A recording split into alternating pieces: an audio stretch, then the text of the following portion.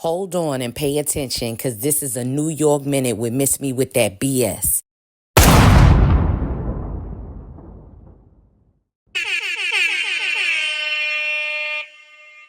You are now about to watch an extended episode of a New York Minute.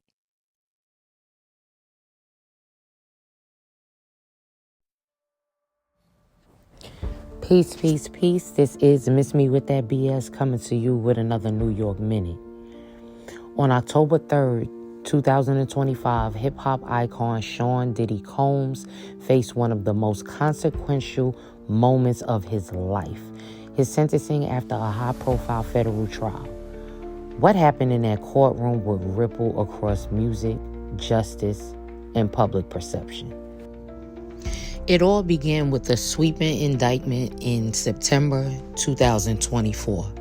Federal prosecutors accused Diddy of a constellation of serious crimes: racketeering conspiracy, sex trafficking by force or coercion, and multiple counts of transporting individuals across state lines to engage in prostitution. He pleaded not guilty, but the stakes were high. The more serious charges carry potential life sentences.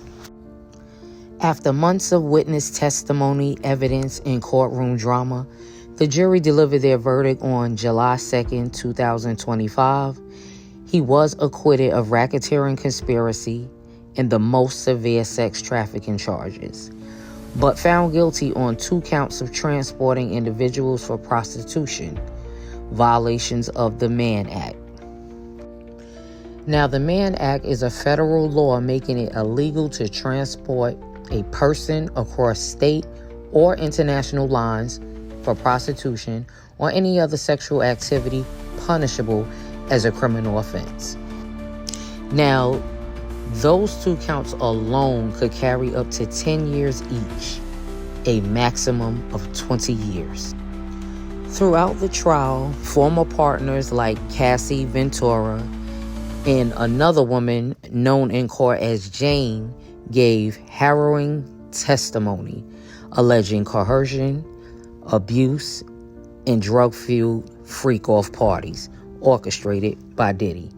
The defense countered, claiming the acts were consensual and part of a swinger lifestyle, pushing back hard on accusations of force. So what did the judge decide? When Diddy was sentenced on October 3rd, 2025, Judge Aaron Subrahman ordered 50 months in federal prison, just over 4 years, plus 5 years of supervised release and a $500,000 fine. The prosecution had pushed for over 11 years, arguing that Diddy's history of violence and coercion demanded a serious sentence. The defense asked for just 14 months, citing time already served, his rehabilitation attempts, and alleged inhumane conditions at the Brooklyn Detention Center. Diddy broke down in court. His children pleaded with the judge. He expressed remorse and said he was changed. Because he'd already served roughly a year in custody, much of that was credit.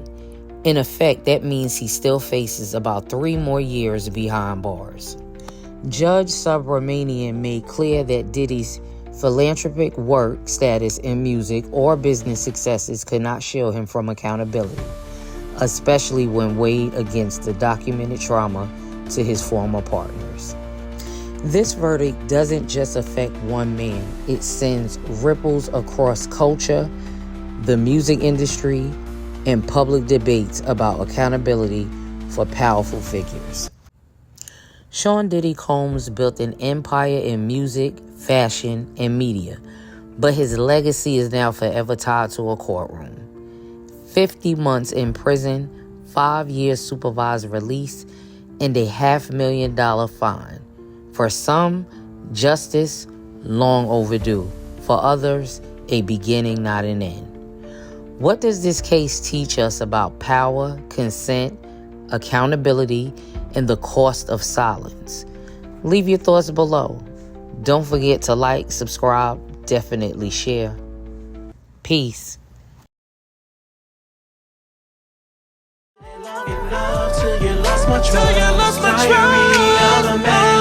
You didn't have to play me like that.